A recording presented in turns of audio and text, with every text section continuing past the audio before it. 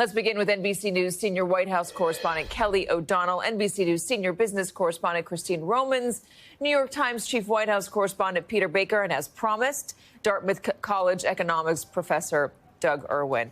Kelly, have you gotten any clarity about what exactly is going to happen tomorrow? We are waiting for that, and part of what we're experiencing right now is a very classic Trump technique of the buildup, sort of the hype man side of the president, where he is building interest in his policy. In this case, it's tariffs. He has been talking about this for a long time, says that he knows what he's going to do, and yet discussions are still underway. Part of that could be something like having a universal rate of tariff. Others could be sector by sector. He's talked about reciprocal tariffs, where when another country imposes them, the United States does as well. Then there's the issue of carve-outs, when there are key sectors, players, governors with business interests in their state, whatever it might be, people with influence and an opportunity to get to the president. Is there a way to convince him to make some change? All of those things are in the hand that he is playing. And so the White House, you can certainly get a sense from this week being here on campus and around the White House environment that there is a big plan happening. What it will look like, how it will affect people, very different than what some other White Houses might have done when they might have issued policy papers and had big background calls to educate reporters about it ahead of time and all those sorts of traditional methods of getting the word out. That's not at play here. We do know the president is planning a splashy Rose Garden event tomorrow. And remember, he's talked about it not being April Fool's Day, which, of course, those who celebrate that today, here we are. And instead, he's going to do it tomorrow to avoid perhaps that metaphor. And that will be a way for him to talk about this. He's also branded it as Liberation Day, Katie, as you know. Look into that as you will. Viewers can make their own decision about what that actually means. But it's a lot about the positioning and the packaging. The president's reasons for doing this have been many and have evolved from fentanyl to trade imbalance to trying to have a level playing field to increasing revenue to the federal coffers. All of that is in play. And so to answer your initial question, do we have greater clarity?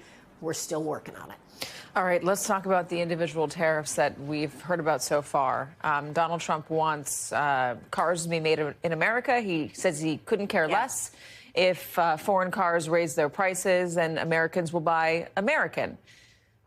Untangle that for me. Is it so simple? It's not simple at all. I mean, you have the issue of assembling and making most of a car in the U.S., and then you've got these supply chains that are very far-flung that foreign and domestic automakers both use. So there are 30,000 parts in a car. About 40% of those on balance are coming from someplace else.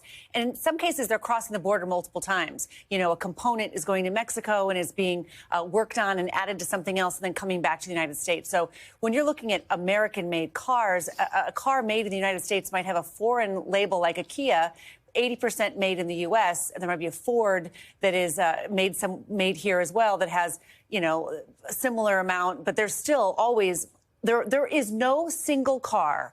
And somebody, if you know what it is, tell me, because there isn't a single car that every single component of it is made in the United States and all the parts are made in the United States. So they're going to be more expensive. I've been talking to dealers and senior auto industry executives who are saying the prices are rising now, that there are cars on dealer lots, current inventory, that are already being marked up. Demand is just incredible. People rushing out trying to get cars before they cost a lot more. So there's a lot of exemptions being asked for, Peter, by foreign governments, by even just local or federal elected officials here for Donald Trump to make carve-outs. So certain industries, certain products would be exempt from these tariffs. There's also news on a specific potential carve-out, and this could be for China if it acquiesces on maybe selling TikTok. What are you hearing about that?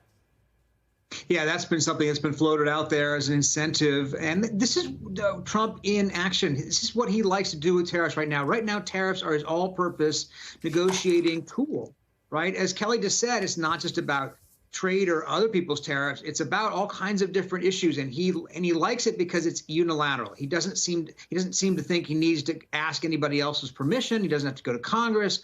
Yeah, there'll be some legal challenges presumably, but basically the tariff power is a power that he thinks is useful in forcing and compelling trade partners or allies or even adversaries to modify behavior in some way or another that he likes. So TikTok being one other, ongoing negotiation in which tariffs play a role. That's complicated for businesses, of course. That's complicated for those who are trying to create a business plan for the rest of the year or for years to come. If every day, every week, every month, the policy seems to shift as a result of some carve out, as you said, because of a TikTok deal, because the president, decides he wants to pause this particular tariff or that particular tariff.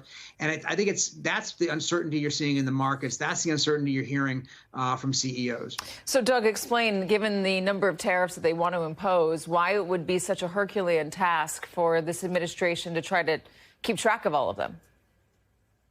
Well, we trade with over 150 countries. We have thousands of tariff rates on individual products. Just multiply the two together, and it's a huge number.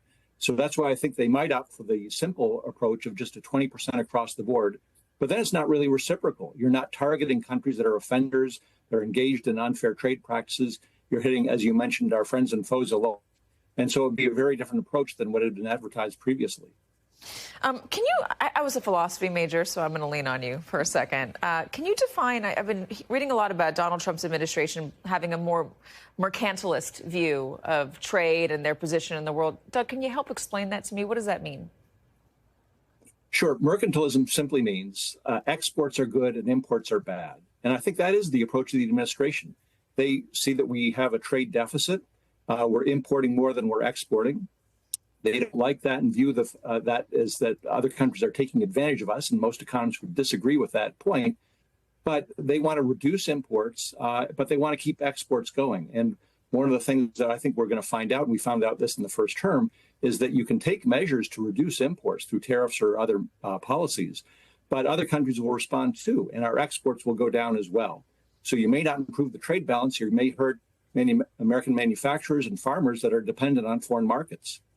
They do want to change the global economic order, Doug. They don't believe it's fair. They don't believe it's working. Globalization is an ugly word for this administration, has been for quite a while. Is there a way to unwind some of this without plunging us into economic despair?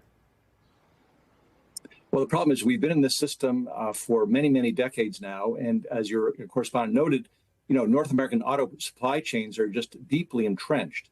And to rip them up literally overnight with 25% tariffs on Canada and Mexico, or added tariffs just on automotive products, it's hugely disruptive. Businesses, they are making multi-million-dollar, if not billion-dollar investments in plant and equipment. They are forward-looking. They're looking at these plans over 5 or 10 years. And once again, you can't turn an economy on a dime. And that would be sort of what the administration is trying to do with very draconian tariffs imposed immediately.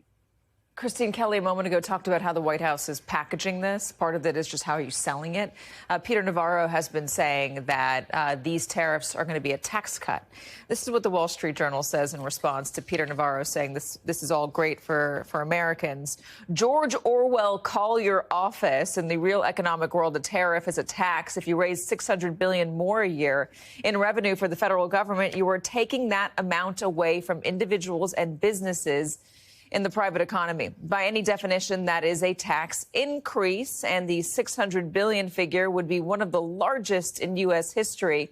It amounts to about 2% of gross domestic product, and it would take the federal tax share of GDP above 19%. The average since 1975 is about 17.3%. Democrats who love tax increases wouldn't dare to do it.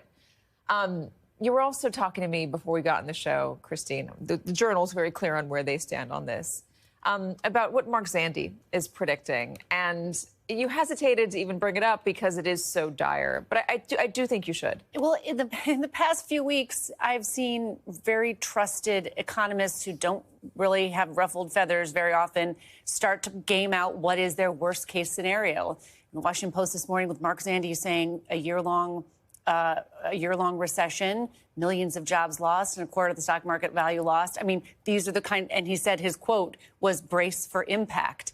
If this comes through to blanket tariffs on top of all the things that have already been put into the system. And when I talk to people in the auto industry, all different kinds of stakeholders in the auto industry, they compare this on a spectrum of Great Recession, a ship caught in the Suez Canal and you can't get parts, COVID, and suddenly there are no chips. I mean, these are really dramatic, disruptive, expensive, and just uncomfortable positions to be in, but all on purpose, policy-wise, from the White House. Peter, I've got no time left, but is this administration, is Donald Trump prepared for impact? Well, I think he thinks he is, but, you know, look, throughout his first term, he was very sensitive to the movements of the markets, very sensitive to economic unease. His big political selling point is his strength in managing the economy. Right now, that's at risk if you watch polls, you watch consumer confidence index, and you watch the stock markets.